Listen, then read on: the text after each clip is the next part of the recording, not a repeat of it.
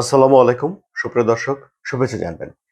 প্রশ্ন হলো, মার্কিন প্রেসিডেন্ট ডোনাল্ড ট্রাম্প কি ইরানের সঙ্গে পরাজয় বরণ করছেন? তিনি কি পিছু হটছেন? কেন এই প্রশ্ন? কারণ একটা নির্বাচনী প্রচারণায় গিয়ে মার্কিন প্রেসিডেন্ট ডোনাল্ড ট্রাম্প বলেছেন যে যুক্তরাষ্ট্রের জনগণের উচিত পেট্রোলের একটু বেশি দাম মেনে নেওয়া।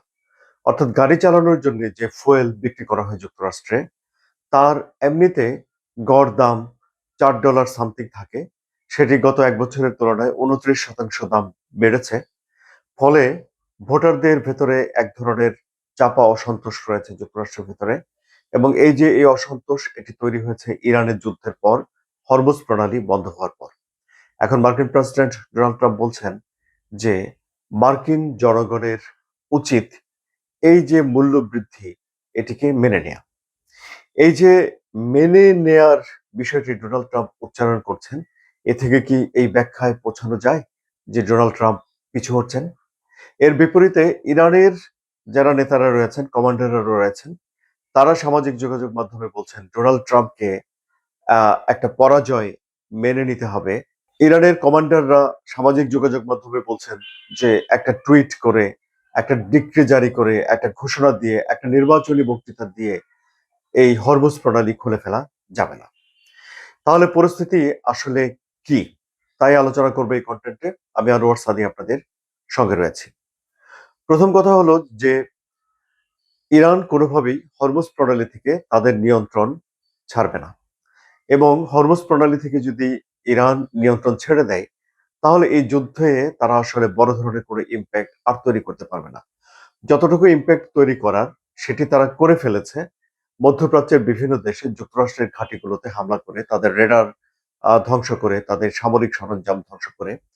বিশেষ করে সেই দেশের মানুষগুলোর বা সেই দেশের সরকারের মনে ইরান এই বিষয়টি বুঝিয়ে দিতে পেরেছে যে যুক্তরাষ্ট্র এসেছিল মধ্যপ্রাচ্যে তাদেরকে নিরাপত্তা দেওয়ার জন্যে, কিন্তু তাদের নিজেদের ঘাঁটিগুলোই ইরান আক্রমণ করে যুক্তরাষ্ট্রের নিরাপত্তা ব্যবস্থাকে প্রশ্নবিদ্ধ করে ফেলেছে।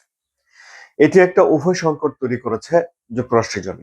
যদি যুক্তরাষ্ট্র এখানে যুদ্ধ চালিয়ে যায়, তাহলে তাকে সামরিকভাবে আরো বেশি এনগেজ হতে হবে, ক্ষয়ক্ষতির সম্মুখীন হতে হবে। আবার যদি এই অবস্থায় যুদ্ধটা ফেলে যুক্তরাষ্ট্র চলে যায় এবং সেটিকে যদি পরাজয় হিসেবে লেভেল দেওয়া হয়, বিশ্বব্যাপী যে আধিপত্য বিস্তার করে রেখেছে যুক্তরাষ্ট্র, সেই আধিপত্যের উপরে এটা একটা হুমকি হয়, একটা হামলা হয়। অর্থাৎ যুক্তরাষ্ট্র বিশ্বব্যাপী যে আধিপত্য বিস্তার করে রেখেছে, তাকে ঠিকঠাক বহাল রাখার জন্য ইরানেও যুক্তরাষ্ট্রকে জয়ী হতে হবে। এটি ইরানের উপর একটা বড় ধরনের প্রেশার রয়েছে।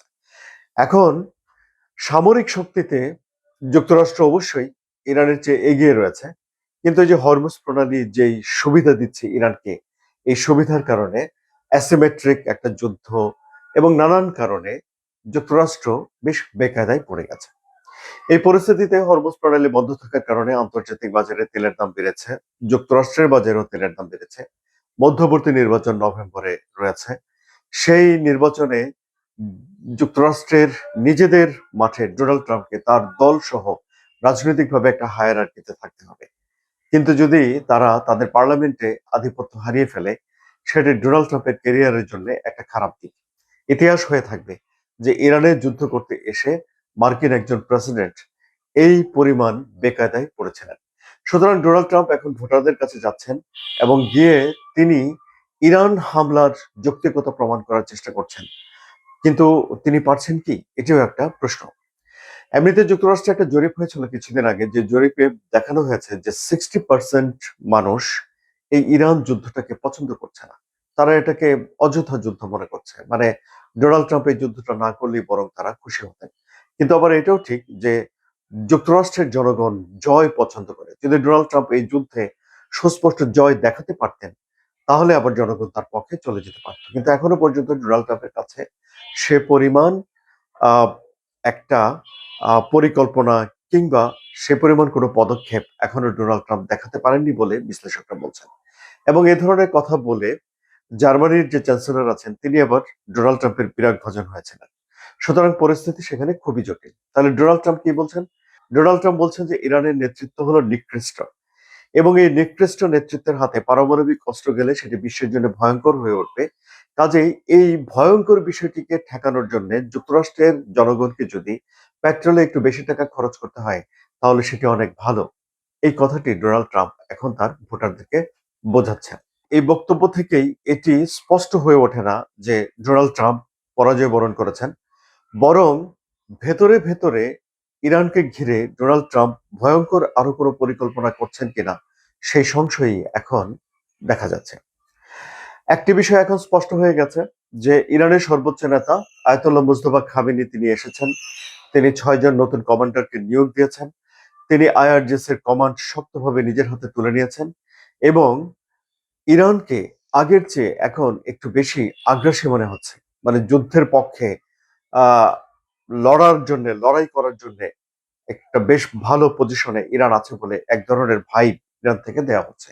এর বিপরীতে যুক্তরাষ্ট্র ঠিক কি করবে সেটি এখনো স্পষ্ট নয়। ফলে বড় ঝড়ের আগে এটা কি একটা থমথমে পরিবেশ এখন বিরাজ করছে, নাকি ডোনাল্ড ট্রাম্প ভেতরে ভেতরে পরাজয়ের দিকেই এগিয়ে যাচ্ছেন? এই বিষয়টি এখন একটা বড় প্রশ্ন হয়ে দেখা দিয়েছে। দেখা যাক, এই সব প্রশ্নগুলোর জবাব পাওয়ার জন্য আমাদের আরো কিছুদিন অপেক্ষা করতে হবে। আলোচনা কেমন লাগলো? যদি ভালো লাগে তাহলে লাইক, কমেন্ট, শেয়ার করবেন এবং জিও পলিটিক্সের জটিল বিষয়গুলো সহজে জানার জন্য সাবস্ক্রাইব করে চ্যানেলের সঙ্গে থাকবেন। ধন্যবাদ সবাইকে।